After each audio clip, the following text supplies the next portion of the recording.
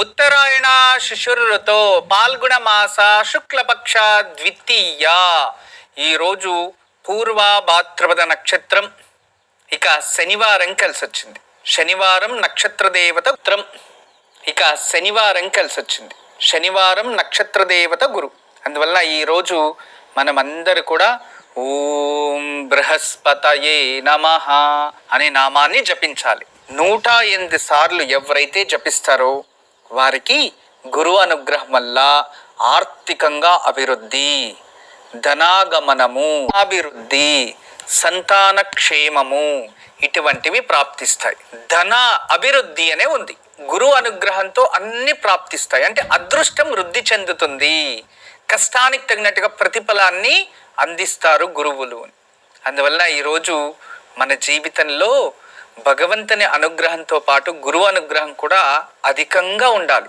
ఏ దేవతలని పూజిస్తే మన జీవితంలో ముక్తి మార్గాన్ని పొందుతాము అని ప్రశ్న వేస్తే ఆ ఒక ప్రశ్నకి సమాధానం లభించేది అన్ని శాస్త్రాల్లో గురువుని అని. అంటే గురువుని ఆరాధించడం వలన అన్ని దేవతల అనుగ్రహం ప్రాప్తిస్తుంది అని. ఈరోజు మీకు అందరికీ కూడా గురు అనుగ్రహం కోరుకుంటూ ఈ శనివారం రోజు ఓం బృహస్పతయే నమః అనే నామాన్ని జపిద్దాం.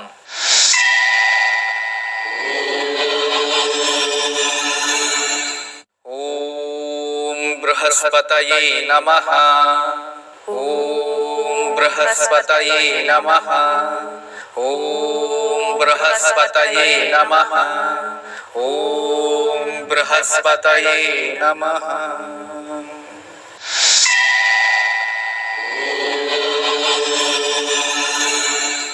ఏ క్షణంలో అయినా, ఎటువంటి సందర్భంలో అయినా, ఎటువంటి కష్టకాలంలో అయినా భగవంతుని నమ్మి శరణాగతి కోరుకుంటే జీవితంలో ఆ కష్టానికి విముక్తి లభిస్తుంది.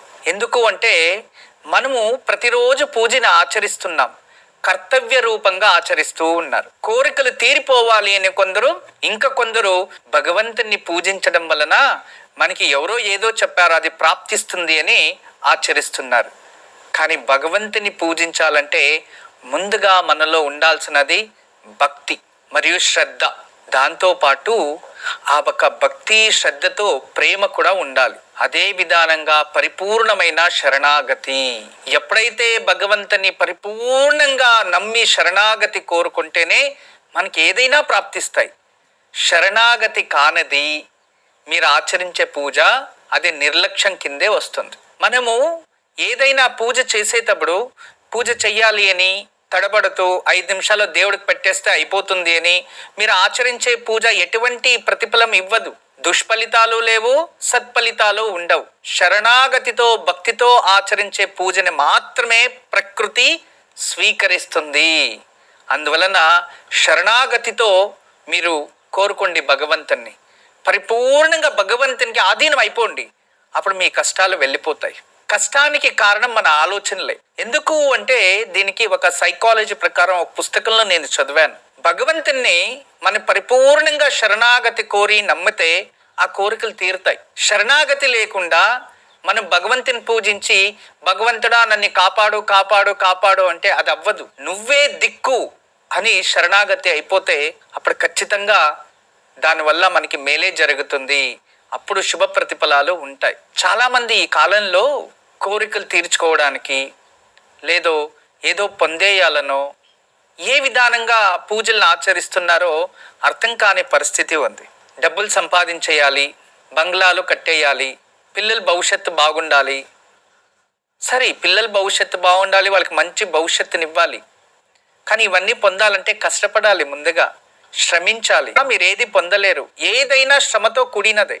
చాలామంది ఎదుటివాడు మా ముందు ఏమి పని లేకుండా తిరుక్కొని ఉన్నవాడు ఈరోజు కోట్లకు అధిపతి అయిపోయాడు, మేం మాత్రం అక్కడే ఉండిపోయామని చాలా ఇటువంటి ప్రశ్నలు ఉత్పత్తి అవుతూ ఉంటాయి. ఈరోజు మంచి మాటగా దీన్నే స్వీకరించండి మీరు. ఎందుకు అంటే అటువంటి సందర్భం ఎప్పుడు వస్తుంది అంటే అతను ఆ పరిస్థితికి ఎదగాలి అంటే అతను తెలివితో శ్రమించాడు, లేదో దైహికంగా శ్రమపడ్డాడు. శ్రమతో జ్ఞానాన్ని పొంది పైకొచ్చింటాడు. శ్రమతో తెలివిని పెంచుకొని బతికి పైకొచ్చి అతను అన్నీ చేసుకో ఉంటారు. కానీ మీరు శ్రమ లేదు. అమ్మా నాన్నలు ఇచ్చిన ఆస్తుల్ని నేను ఈ బిజినెస్ చేస్తా, ఆ బిజినెస్ చేస్తా, పార్ట్నర్షిప్లో చేస్తా, ఇంకోటి చేస్తా అని ఉండేదాన్ని అమ్మేసి లేదు అప్పులు చేసేసి ఇన్వెస్ట్మెంట్ చేస్తే నాకు లాభాలు వచ్చేస్తాయి అని ఇన్వెస్ట్మెంట్ చేసి నష్టపోతున్నారు. మీరు శ్రమిస్తే ఏ దాంట్లోనూ నష్టపోరు. శ్రమ లేనప్పుడే మీరు నష్టపోతారు. మీరు శ్రమ ఏ దానిపైన పెడుతున్నారంటే వేరే వాళ్ళు అభివృద్ధి చెందిపోతున్నారే అని శ్రమించడానికి మొదలు పెడుతున్నారు. కానీ నేను అభివృద్ధి చెందాలి అని శ్రమించండి, వేరే వాళ్ళపైన దృష్టి తగ్గించుకోండి, అప్పుడు మీరు ఉన్నత స్థానంలో ఉంటారు అని అర్థం.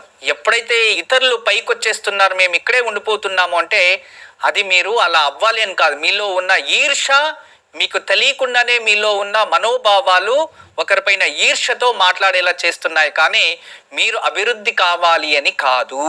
దీన్ని ఎవరు స్వీకరించరు. చాలామంది ఎందుకు స్వీకరించరు అంటే అహంకారం, ఒప్పుకోవడానికి ఇష్టం ఉండదు. ఇప్పుడు నేను తప్పుడు ఆలోచనలు అందుకే నాకు ఇలా వస్తున్నాయంటే ఎవరు ఒప్పుకోరు. అరే నేను కరెక్ట్గానే ఆలోచిస్తున్నాను, దాంట్లో ఏముంది, టేక్ ఇట్ ఈజీగా అనేస్తారు. కానీ దాన్ని స్వీకరించే ఒక మనోభావం కూడా ఉండాలి. ఆ మనోభావం లేకపోతే మీరు ఎప్పటికీ కూడా శ్రమజీవులు అవ్వరు. మీరు ఎప్పుడు కూడా ఎదుగుదల అనేది ఉండదు. జీవితంలో భగవంతునికి శరణాగతి చెందిన వారు వాళ్ళ జీవితంలో అభివృద్ధి చెందుతారు. వాళ్ళ శ్రమని వాళ్ళు నమ్ముకొని పైకొచ్చేవారు అభివృద్ధి చెందుతారు. ఇతరుల్ని చూసి మనం అలా పొగుడుతున్నామంటే మన ఈర్ష్యతో ఉన్నామో అని అర్థం. కొండలైనా కరిగిపోతూ ఉంటాయి, అంతేగాని ఎప్పటికీ మనము అభివృద్ధి చెందలేము. శ్రమించండి, కష్టపడి పైకి రావడానికి ప్రయత్నించండి, భగవంతుని నమ్మండి, కష్టానికి తగినట్టుగా ప్రతిఫలం కూడా ప్రాప్తిస్తుంది. ఇక ఈరోజు మన సంప్రదాయాల్లో చాలా వరకు ఎన్నో పూజా విధానాలు, ఎన్నో వ్రతాలు, ఎన్నో యజ్ఞయాగాదులు ఎన్నో ఉన్నాయి. వాళ్ళ కష్టానికి తగినట్టుగా వాళ్ళు ఆచరిస్తూ ఉంటారు. అయితే సాధారణంగా మన ఇళ్లల్లో చేసే పెద్ద తప్పు ఏంటి అంటే మనం ఎంత పూజ చేసినా పూజ ప్రతిఫలం మనకి ప్రాప్తించకుండా అయిపోతూ ఉంటుంది. ఎందుకు ఇలా జరుగుతూ ఉంటాయంటే శివపురాణాల్లో కాశీఖండం అనేది ఒక భాగం ఉంటుంది. దాంట్లో నేను చదివిన గుర్తు ఏంటి అంటే ఒక బ్రాహ్మణుడు ప్రతిరోజు భగవంతుని పూజిస్తూ ఉంటాడు. ఇంట్లో పూజించిన తర్వాత దేవుడి పైన ఉన్న నిర్మాల్యం అంటే ఏదైతే అలంకరించి ఉంటాడో అవన్నీ తీసుకెళ్లి తర్వాత గంగా నదిలో వేసేద్దాము అని తీసి అక్కడ పెట్టుకొని పూజ అంతా చేసి అయిపోయిన తర్వాత దాన్ని తీసుకెళ్ళి పడేసి రావడం.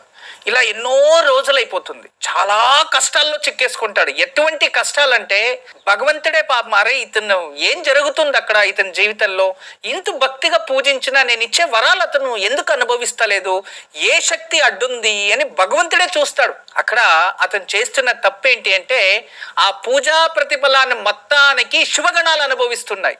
ఎందుకు అంటే నిర్మాల్యంలో ఉన్న దోషం. ఆ బ్రాహ్మణుడు రోజు పూజ చేసి ఆ దేవుడి గదిలో ఒక బుట్టి పెట్టుకో ఉంటాడు. దాంట్లో అన్ని తీసి అందులో వేసేస్తాడు. తర్వాత భగవంతునికి చక్కగా పూజించి పూజ అయిపోయిన తర్వాత దాన్ని తీసుకెళ్లి గంగా నదిలో వేస్తున్నాడు.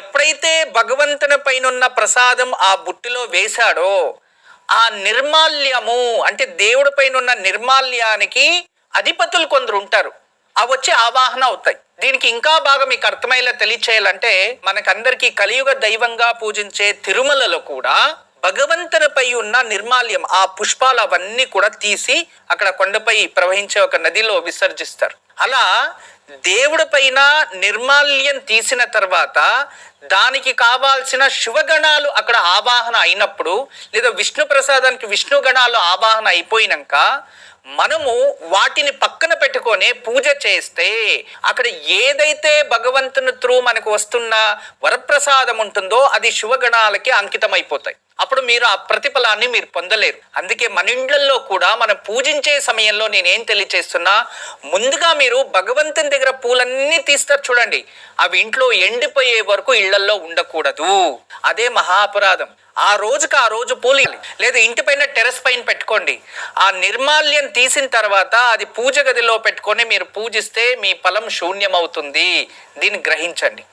ఏ రోజుకి ఆ రోజు పూలు తీసుకెళ్ళి బయట పెట్టేయండి. కానీ ఇంటి లోపలే పుష్పాలు ఎండిపోయే వరకు పెట్టుకుంటే ఏ కారణానికి మీ జీవితంలో ఆ భగవంతుడు ఆశీర్వాదాలు ఇస్తే మీ ఇంటికి రావు, మీ సంకల్పం సిద్ధించవు.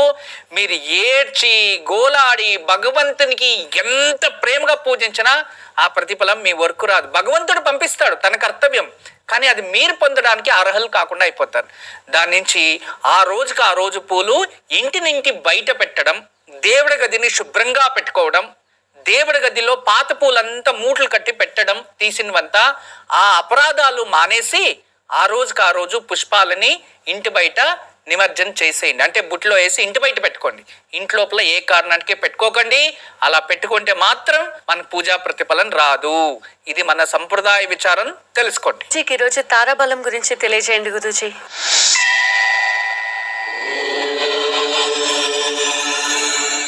నిత్య నక్షత్రం పూర్వాభాద్రపద.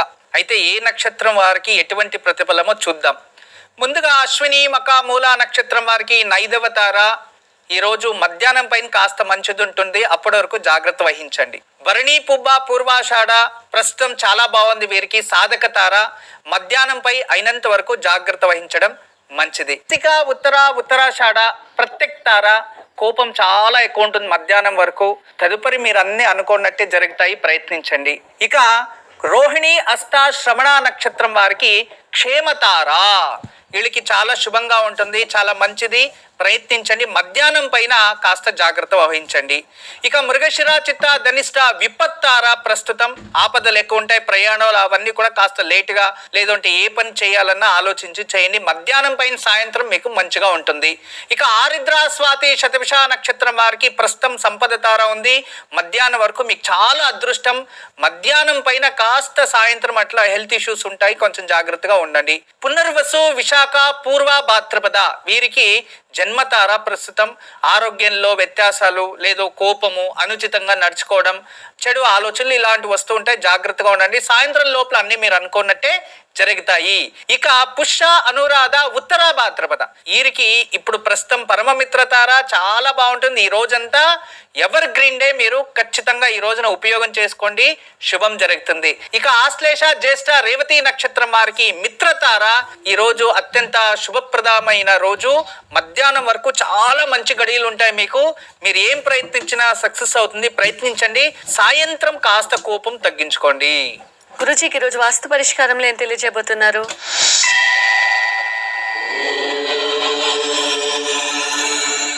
ఈరోజు వాస్తు పరిష్కారం. వాస్తులో చాలా వేరియేషన్స్ ఉంటాయి. మీకు అందరికీ నార్మల్గా మనకి ఇళ్లలో ప్రాబ్లమ్స్ వచ్చేవి ఏంటంటే, ఇల్లు కట్టే వరకు దేవుడా నాకు ఇల్లు అని రోజు గంటలు పూజించేయడం. ఇల్లు కట్టి ఇంట్లో మంచిగా దేవుడి గది పెద్దగా కట్టుకుంటారు, అంత బాగుంటుంది. రేపు ఉదయాన్నే 5 గంటలకు లేచి పూజ చేయాలి అనుకుంటారు, ఇక పొద్దున్నే 8 గంటలకి నిద్ర లేవడం, లేదో మర్చిపోతారు. మధ్యాహ్నం 12 గంటలకి తిథి తర్పణాలు చేస్తారు కదా, పితృదేవతలకు పూజించినట్టు మధ్యాహ్నం దీపాలు వెలిగించడం, పూజించడం, ఇది మహా అపరాధం.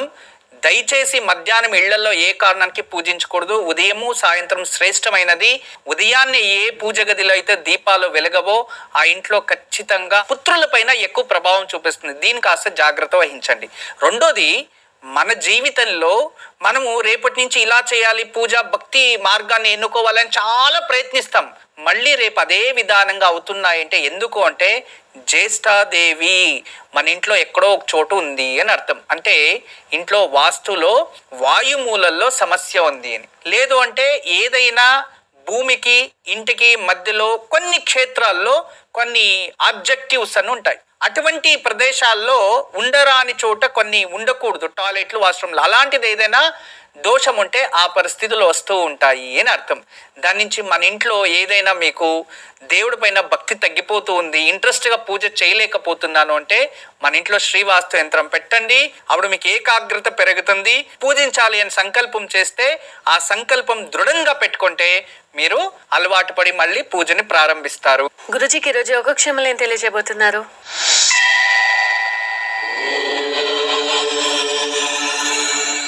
ఈరోజు సాయంత్రం నక్షత్రం శని నక్షత్రం, శనివారం కలిసి వచ్చింది. ఈరోజు శనితత్వం అత్యధికంగా ఉంటుంది. మీకు ఎక్కడైనా అనుకూలమైతే శనికి ప్రత్యేకంగా తైలాభిషేకం చేసి రండి. ఉద్యోగ సమస్యలు, ఉద్యోగం లేని వారికి ఆ సమస్యల నుంచి బయటపడతారు. లేదో ఇంట్లోనే కూర్చొని శనేశ్వర వజ్ర కవచం పారాయణం చేసుకోండి. బెల్లము నువ్వులు కలిపి కాస్త నువ్వుల ఉండ్లు చేసి మహావిష్ణువుకి పూజించి నైవేద్యం చేసి దాన్ని ప్రసాదంగా భుజించండి. దీనివల్ల కూడా మీకు శని దోషం తగ్గుతుంది. ఉద్యోగ ప్రాప్తికి, ఉద్యోగంలో సమస్యలు పరిష్కారం అయ్యేందుకు ఈ రోజు సాయంత్రం శనికి తైలాభిషేకం చెయ్యాలి, లేదా ఇంట్లోనే శనైశ్చర వజ్రకవచ స్తోత్రాన్ని పారాయణ చెయ్యాలి. ఇలా ఆచరించి బెల్లం నువ్వులని కలిపి స్వామివారికి నైవేద్యంగా సమర్పించి ప్రస్వీకరిస్తే శని దోషాలు తొలగిపోతాయి.